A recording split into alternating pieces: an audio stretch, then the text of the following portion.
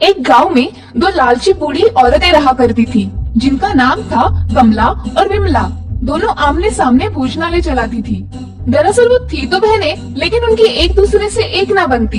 ये ग्राहक मेरा है।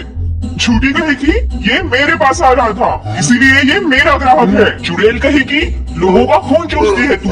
डायन कहेगी लोगों की हड्डियां चटती है तू। ये मेरा ग्राहक है, नहीं मेरा है। हमेशा किसी न किसी बात को लेकर वे दोनों एक दूसरे से झगड़ती रहती। गांव वाले भी उनके इस हमेशा की झिकझिक से परेशान हो गए थे। अरे मर गए, कोई बचाओ मुझे, मुझ पर दया करो, छोड़ो मुझे, छोड़ो। चुप भाई बूढ़े खुसट, पहले इस बात का फैसला होगा कि तू किसकी दुकान में आ रहा था। हाँ बता, तू ही बता, तू मेरी ही दुकान में आ रहा था ना? बोल, मेरी दुकान में आ रहा था ना? अरे बाबा, मैं किसी की भी दुकान में नहीं आ रहा था, मैं तो सीधे रास्ते जा रहा था। तुम दोनों ही अचानक से पता नहीं मुझ पर कहाँ से झपट पड़ी और मैं डर गया। मैं तो इस गांव में नया आया हूँ। तू झूठ बोल रहा है बूढ़े खूसट। अरे ये औरतें नहीं, राक्षस है राक्षस। मैं इस गांव में लौटकर कभी नहीं आऊंगा, भागो। ऐसा तमाशा इस गांव में हर रोज देखने मिलता था। गांव वालों के लिए ये कोई नई बात नहीं थी। कमला और विमला एक दूसरे से नफरत करती थी।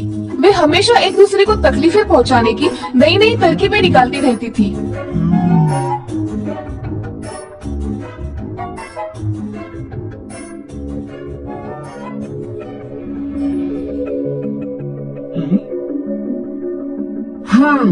इसकी दाल में बहुत सारा नमक मिला देती हूँ।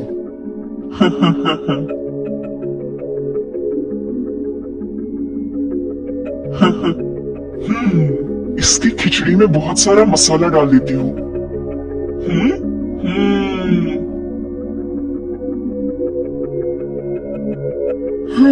अब आएगा मजा।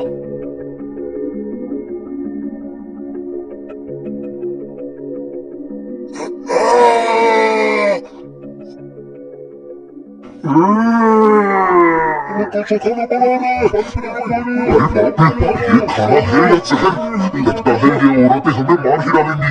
भागो यहाँ से। अरे कोई पानी तो पिलाओ, भागो भागो। कमला और विमला दोनों ही उलझन में पड़ जाती है कि आखिर ये हो क्या रहा है। वे दोनों ही अपने अपने रसोई घर में जाके दाल और खिचड़ी चखती है।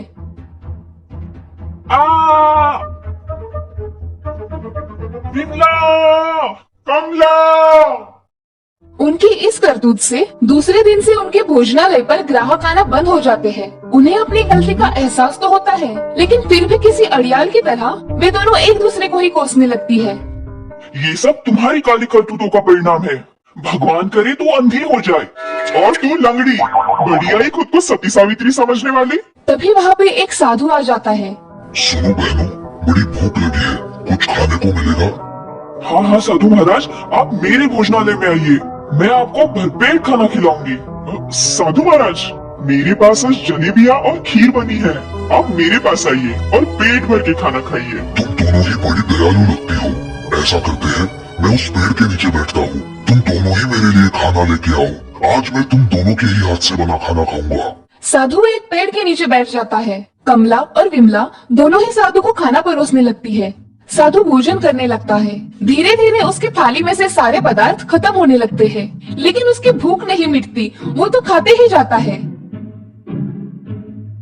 लगता है इस साधु के पेट में कोई ब्रह्म राक्षस बैठा है, बस खाते ही जा रहा है। अब तो पूरा खाना भी खत्म होने को आया, फिर भी इस साधु की भूख नहीं मिट रही। इसका पेट है या कोई कुआं? साधु उनका पूरा खाना अकेले ही खत्म कर देता है। मैं तुम दोनों पर ही प्रसन्न हूँ। अब मेरे पास तुम्हें देने के लिए पैसे तो नहीं है, लेकिन मैं तुम्हें एक वरदान देता हूँ। तुम दोनों बहनें जो भी इच्छा अपने मन में करोगी, वो इच्छा पूरी हो जाएगी। मगर जो भी चीज तुम अपने लिए मांगोगी, तुम्हारी दूसरी बहन को वही चीज दुगनी मिलेगी।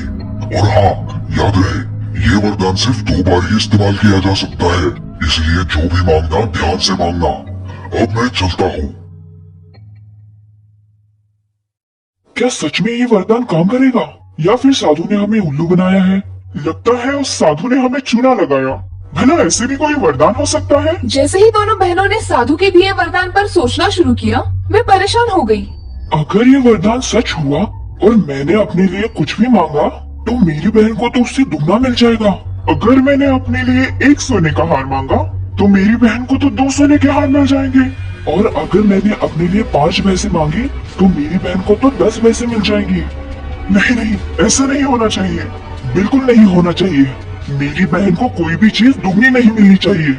वे दोनों ही रात भर इसी बात पर सोचती रही कि आखिर क्या मांगा जाए। वो दोनों ही कुछ ऐसा मांगना चाहती थी कि जिससे दूसरी बहन का नुकसान हो। बहुत सोचने के बाद उन दोनों ने कुछ इस तरह का वरदान मांगा। हे साधु महाराज, मेरी ये इच्छा है कि मैं एक आंख से अंधी हो जाऊं। हाँ, अगर ये वरदान सच हुआ तो मेरी बहन तो दोनों आंखों से अंधी हो जाएगी, बड़ा मजा आएगा। हे साधु महाराज, मैं चाहती हूँ कि मैं एक पाँव से लंगड़ी हो जाऊं। इससे तो मेरी बहन 2 पाँव से लंगड़ी हो जाएगी। ऐसा सोचकर वे दोनों ही सो जाती है।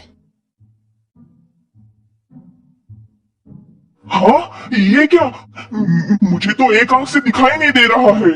लगता है ये उस वरदान का ही असर है। अरे, मेरा एक पैर काम नहीं कर रहा। इसका मतलब मेरी बहन 2 पैरों से लंगड़ी हो गई होगी।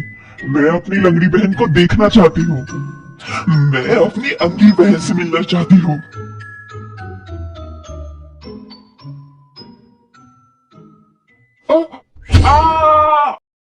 हाँ, ये क्या? मैं चल क्यों नहीं सकती?